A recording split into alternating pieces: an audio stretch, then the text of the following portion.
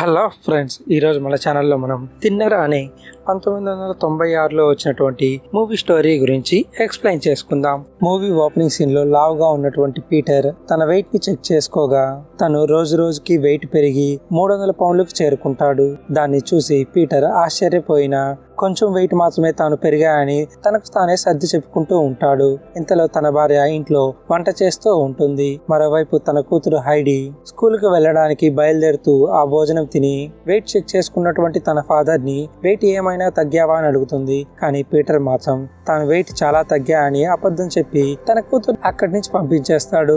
ఇలా లాయర్ ఉద్యోగం చేస్తూ ఉన్నటువంటి పీటర్ తన భార్య పెట్టిన ఫుడ్ ను బాగా తిని కోర్టుకు వెళ్లి ఆ ఊర్లో ఉన్నటువంటి మాఫియా డాన్ అయినటువంటి రిచీని తాను చేసిన తప్పుకు జైలుకు పోనివ్వకుండా కోర్టులో కేసు వాదించి రిచీని గెలిపిస్తాడు. మరోవైపు అదే ఊర్లోకి హిప్పీలు వచ్చి ఒక చోట సంబరాలు చేసుకుంటూ ఉంటారు. అక్కడికి వెళ్ళినటువంటి పీటర్ తన బాస్ ను కలవగా తన బాస్ అక్కడ ఉన్నటువంటి హిప్పీలందరినీ అక్కడి నుంచి ఖాళీ చేపించాలని, అందుకే అక్కడికి కొద్దిసేపట్లో పోలీసులు వస్తారని తనతో మాట్లాడుతూ ఉంటాడు. ఇంతలో కిందికి వచ్చినటువంటి పీటర్ కి ఆ హిప్పీ యొక్క గ్రూప్ లో జీనా అనే అందమైన అమ్మాయి కనిపిస్తుంది. అక్కడే పీటర్ కి రోసింగ్టన్ అనే లాయర్ కూడా కనిపిస్తాడు. రోసింగ్టన్ ఆ ఊర్లోకి హిప్పీలు రావడాన్ని అసహించుకుంటూ వెంటనే పోలీసులు వారిని వచ్చి ఖాళీ చేపించాలని మాట్లాడుతూ ఉంటాడు. ఇంతలో అక్కడికి వచ్చినటువంటి పోలీసులు వారినందరినీ అక్కడి నుంచి ఖాళీ చేపించేస్తూ ఉంటారు. తర్వాత పోలీస్ ఆఫీసర్ అయినటువంటి హోప్లీ పీటర్ దగ్గరికి వచ్చి వారు చెప్పిన విధంగానే హిప్పీలందరినీ అక్కడి నుంచి తరిమేస్తున్నామని మాట్లాడుతూ ఉండగా ఆ మాటలు విన్నటువంటి జీనా వారి ముగ్గురికి మిడిల్ ఫింగర్ ని చూపించి అక్కడి నుంచి వారి లగేజ్ ని సర్దుకుని హిప్పీలు బయలుదేరి వెళ్లిపోతారు.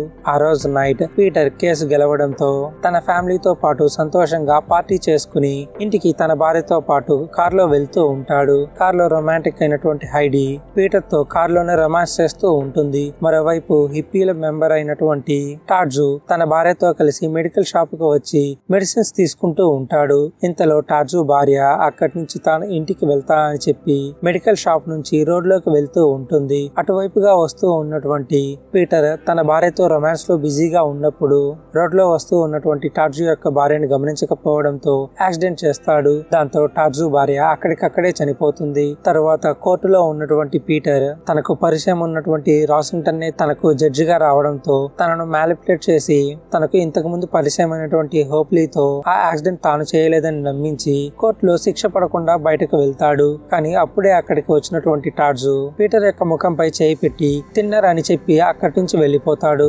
ఇక ఆ రోజు నుంచి గ్రాడ్యువల్ గా పీటర్ వెయిట్ తగ్గిపోతూ ఉంటాడు. ఇలా ఏ ఎక్సర్సైజ్ చేయకుండా పీటర్ వెయిట్ తగ్గిపోతూ ఉండటంతో చాలా హ్యాపీగా గోల్ఫ్ ఆడుకుంటూ ఉంటాడు. అప్పుడే అక్కడికి వచ్చినటువంటి మైక్ పీటర్ అలా సడన్ గా వెయిట్ తగ్గిపోవడానికి కారణం అడుగుతాడు. పీటర్ తాను డైట్ కరెక్ట్ గా ఫాలో అవుతూ ఉన్నా అని, అందుకే అలా వెయిట్ తగ్గుతూ ఉన్నా అని మైక్ చెబుతాడు. కానీ మైక్ తన డైటీషియన్ అవ్వడంతో తన వెయిట్ ని చెక్ చేయగా పీటర్ చాలా డ్రాస్టిక్ గా వెయిట్ తగ్గి ఉంటాడు. మరోవైపు పీటర్ ని కలిసినటువంటి రోసింగ్టన్ టార్జు తన దగ్గరకు వచ్చి తన పొట్టపై చేయి పెట్టి ఏదో ఒకటి చెప్పి వెళ్ళాడని, ఆ రోజు నుంచి తన పొట్టపై తనకు ఇన్ఫెక్షన్ లాగా వస్తుందని మాట్లాడుతూ ఉంటాడు. సరిగ్గా కొన్ని రోజుల తరువాత పీటర్ 200 పౌండ్ల నుంచి 100 పౌండ్ల వరకు సడన్ గా తగ్గిపోవడంతో హైడీ బాధపడుతూ హాస్పిటల్ కి వెళ్లి పీటర్ ని చెకప్ చేయించుకోమని చెప్పడంతో పీటర్ తన డైటీషియన్ అయినటువంటి మైక్ దగ్గరికి వెళ్తాడు. అప్పుడు మైక్ పీటర్ ని చెక్ చేసి తనకు ఎటువంటి హెల్త్ డిఫెక్టివ్ లేదని, తను పర్ఫెక్ట్ అని చెప్పడంతో ఆ రోజు నైట్ ఇంటికి వెళ్ళినటువంటి పీటర్ తాను పర్ఫెక్ట్ గా డైట్ మెయింటైన్ చేస్తూ ఉండడం వలనే అలా వెయిట్ తగ్గుతూ ఉన్నా అని ఆ రోజు డిన్నర్ అంతా తన భార్యకు కూడా పెట్టకుండా తన ఒక్కడే కంప్లీట్ చేస్తాడు.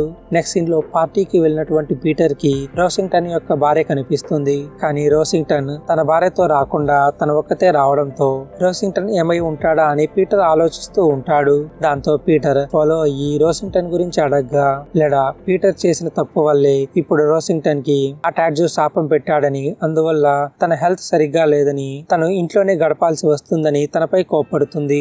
ఆ మాటలు వినగానే పీటర్ ఇప్పుడు శాపాలు కూడా పనిచేస్తాయా అని లెడాను చూసి నవ్వుతాడు. దాంతో కోపంగా లెడా అక్కడి నుంచి పీటర్ ని తరిమేస్తుంది. దాంతో పీటర్ అనుమానంతో రిచీకి కాల్ చేసి అసలు శాపాలు ఉంటాయా లేదా అని అడుగుతాడు. అందుకు రిచీ మదర్ పక్కనే ఉండడంతో రిచీ మదర్ హిప్పీలు నిజంగానే శాపాలు పెట్టగలరని, వారి శాపాలు ఫలిస్తాయని చెప్పడంతో పీటర్ లో కూడా తన గురించి కొంత అనుమానం మొదలవుతుంది. దాంతో పీటర్ తన హెల్త్ పూర్తిగా చెకప్ చేయించుకోవడానికి హాస్పిటల్ కి వెళ్లి డాక్టర్ల దగ్గర అన్ని పరీక్షలు తీసుకుంటాడు. కానీ పీటర్ ని టెస్ట్ చేసినటువంటి అందరు డాక్టర్లు తన ఆరోగ్యం బాగానే ఉందని చెప్పడంతో పీటర్ చాలా సంతోషంగా ఉంటాడు. కానీ తన బాడీలో వస్తున్నటువంటి సడన్ చేంజెస్ ని తాను కూడా గమనిస్తూ ఉంటాడు. అందుకే ఒకరోజు రోసింగ్టన్ ఇంట్లో ఎవరూ లేనప్పుడు రోసింగ్టన్ దగ్గరకు వెళ్లి తను ఎలా ఉన్నాడో చూస్తాడు. అప్పుడు రోసింగ్టన్ టార్జు పెట్టిన శాపం కారణంగా ముఖమంతా చాలా క్రూరంగా మారిపోయి చూడటానికి భయంకరంగా కనిపిస్తాడు. అది చూసి భయపడిపోయినటువంటి పీటర్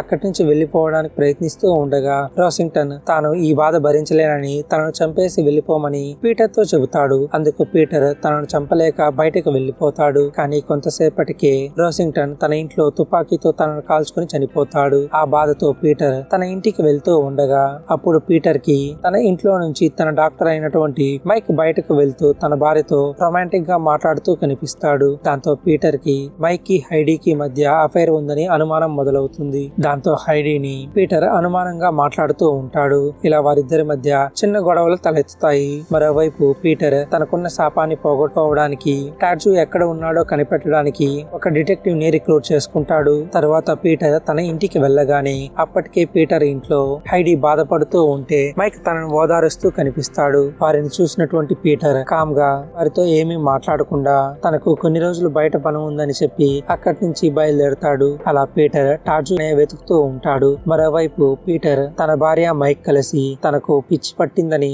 అందుకే తనను పిచ్చి హాస్పిటల్లో చేర్పించాలని తను తప్పిపోయినట్టు పాంప్లెట్లు వేసి మరీ వెతికిస్తూ ఉంటారు. ఇలా ఏం చేయాలో తెలియక దిగులుగా ఉన్నటువంటి పీటర్ కి టార్జు హిప్పీ బృందం ఎక్కడ ఉందో పోస్టర్ కనిపించడంతో వారిని వెతుక్కుంటూ అక్కడికి వెళ్తాడు. కానీ అప్పటికే పీటర్ కి హెల్ప్ చేసినటువంటి హోప్లీ కూడా తన ఫేస్ అందవికారంగా మారిపోయి బాధపడుతూ ఉంటాడు. దాంతో పీటర్ టార్జుతో గొడవ పడుతూ ఉండగా అప్పుడు జీనా తన దగ్గర ఉన్నటువంటి క్యాటరీ బాల్ తో పీటర్ పై దాడి చేస్తూ ఉంటుంది. అప్పుడే అక్కడికి వచ్చినటువంటి హోప్లీ పీటర్ ని రక్షించి తన కారులో తీసుకుని వెళ్తూ ఉంటాడు. ఇంతలో టార్జు వచ్చి పీటర్ కార్ కి యాక్సిడెంట్ చేసి తనను చంపేస్తూ ఉంటాడు. తర్వాత తన బెడ్ పై మేల్కొన్నటువంటి పీటర్ ఇదంతా కల అని తెలిసి తెల్లవారగానే హోప్లీకి కాల్ చేస్తాడు. కానీ హోప్లీ కూడా టార్జు పెట్టిన శాపం కారణంగానే చనిపోయాడని తెలుసుకుని బాధపడతాడు. నెక్స్ట్ సీన్ లో పీటర్ వీళ్ళు ఎక్కడ ఉన్నారో వెతుకుంటూ వెళ్లి వారిని కలుస్తాడు. అప్పుడు పీటర్ తన బాడీని వారికి చూపించి వారు పెట్టిన శాపం కారణంగా తను ఇప్పుడు చనిపోయేలా ఉన్నాయని ఆ శాపాన్ని వెనక్కి తీసుకోమని టార్జును బ్రతిమలాడుకుంటాడు. కానీ టార్జు మాత్రం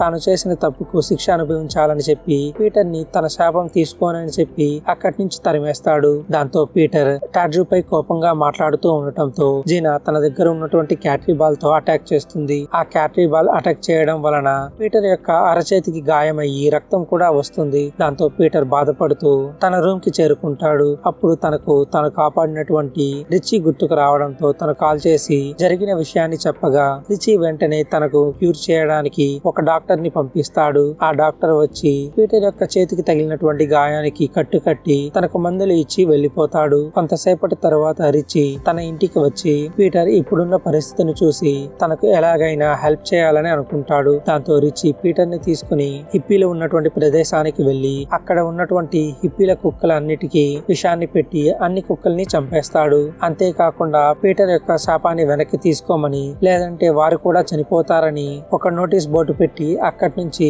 వెళ్లిపోతూ అక్కడే పక్కనే ఉన్నటువంటి షాప్ లో ఒక కుర్రాన్ని ఆ హిప్పీలు ఎక్కడికి వెళ్తారో వారికి తెలియజేయమని చెప్పి కొంత డబ్బులు ఇచ్చి ఇంటికి వెళ్లిపోతారు. నెక్స్ట్ డే రిచీ డబ్బులు ఇచ్చినటువంటి ఆ వ్యక్తి హిప్పీలు అక్కడి నుంచి వేరే ప్లేస్ కు వెళ్తూ ఉన్నారని ఫోన్ చేసి చెబుతాడు. నెక్స్ట్ సీన్ లో జీనా తన బాయ్ ఫ్రెండ్ తో కలిసి రిచీకి ఫోన్ చేసిన వ్యక్తిని కలిసి చంపేస్తుంది. నెక్స్ట్ సీన్ లో ఇంట్లో ఉన్నటువంటి రిచీకి హిప్పీల దగ్గర నుంచి ఒక గిఫ్ట్ వస్తుంది. ఆ బాక్స్ ఓపెన్ చేసి చూసినటువంటి రిచీకి ఆ బాక్స్ లో తనకు కాల్ చేసిన వ్యక్తి శవం ఉండటం చూసి ఆ హిప్పీలకు ఎలాగైనా గుణపాఠం చెప్పాలని తన దగ్గర ఉన్నటువంటి గన్స్ అన్నిటినీ తీసుకుని హిప్పీలు ఉన్నటువంటి ప్రదేశంలో విచక్షణ రహితంగా కాల్పులు జరుపుతాడు. దాంతో హిప్పీలలో ఉన్నటువంటి చాలా మంది చనిపోతారు. అది చూసి భయపడిపోయినటువంటి టార్జు రిచీని అలాగే వదిలేస్తే తమ వారందరూ ప్రాణాలు కోల్పోతారని చెప్పి రిచీ అక్కడి నుంచి వదిలేసి వెళ్లిపోయినటువంటి శాపాన్ని వెనక్కి తీసుకోవాలని నోటీస్ బోర్డు ని చూస్తాడు. Next day morning Richie police getup లో హిప్పీలు కాల్పులు జరిపినటువంటి ప్లేస్ లోకి వెళ్లి